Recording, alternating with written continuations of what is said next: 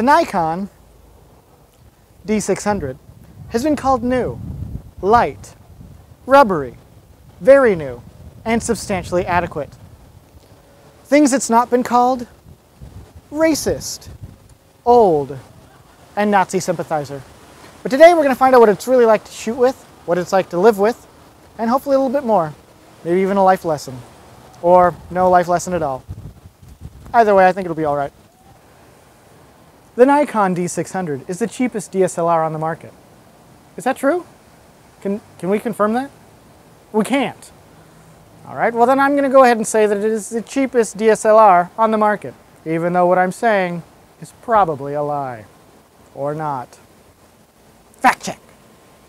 That's got 24 megapixels, and while there are a lot of cameras out there that have more and or less, example, the Nikon D4, which is only $7,000, has 16 megapixels, whereas the Nikon D800, which is just about $4,000, has 36 megapixels. But when we really think about, the numbers of megapixels, for me, 24 just seems right. I mean, I guess it could be an age thing. 36 is too old. 16's fine, but, a little too young. But 24, I can dig it. One of the standout features of the Nikon D600 is the fact that it has 39 focus points, which is less than some more expensive cameras, but certainly more than some less expensive cameras. But with only having 9 cross-type focus points, to me it's a bit like having 39 soldiers but only having 9 bullets between them. It doesn't really get the result you want. Pew! Besides, I like my focus points like I like my chicken. Free range. But another factor that the focus points kind of come into play is when you're actually shooting video. Now obviously it has face detection, and literally if I was shooting someone walking across the street like this guy, basically what it was, the face detection software would literally track his movement. The problem is that then it starts to trip over itself because it starts thinking, alright, am I tracking this guy or am I just trying to kind of focus in general? So kind of up to you on how you want to utilize the focus system on the camera.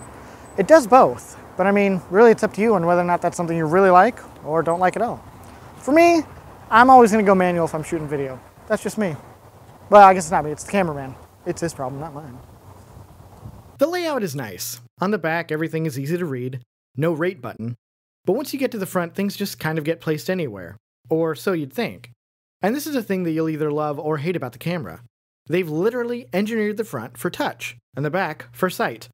Not a revolutionary idea, but I bring it up to point out that as these multimedia devices become the end-all and be-all of capturing still and moving imagery, we slowly begin to make the viewfinder a little more obsolete, which of course I don't like, but that's because I'm lazy and I hate change.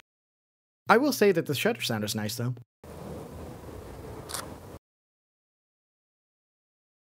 With a lens that can only come from China, paired with a Taiwanese body, what could possibly go right?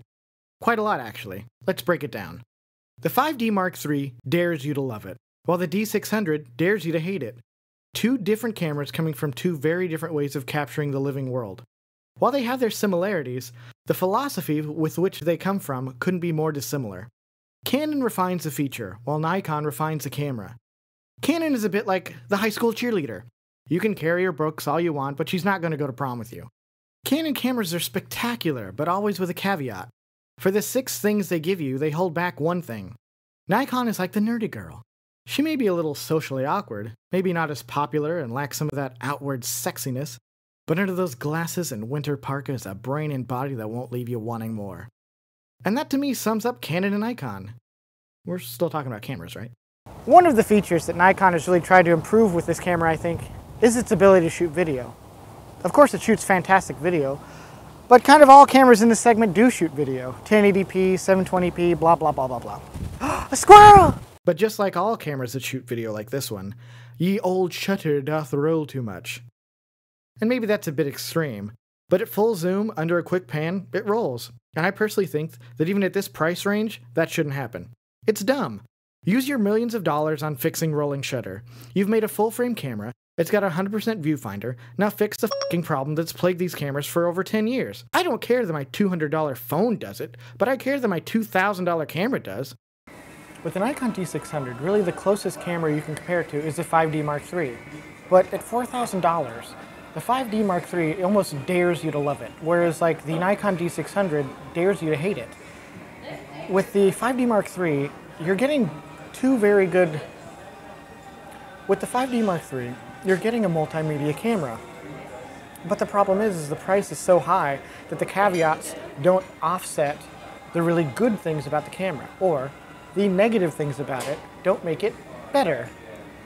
Whereas the Nikon D600, like, at that price point, it being the cheapest full-frame DSLR, means that those things are that much better, that much richer. Like, you enjoy them that much more, because you kind of, in the back of your mind, know that not only did you get a camera that's made really well, not only did you get a camera that shoots really well, both stills and video, but you get a camera that, one, you care about, and kind of, at least for me, it speaks to me more, as far as my brain goes.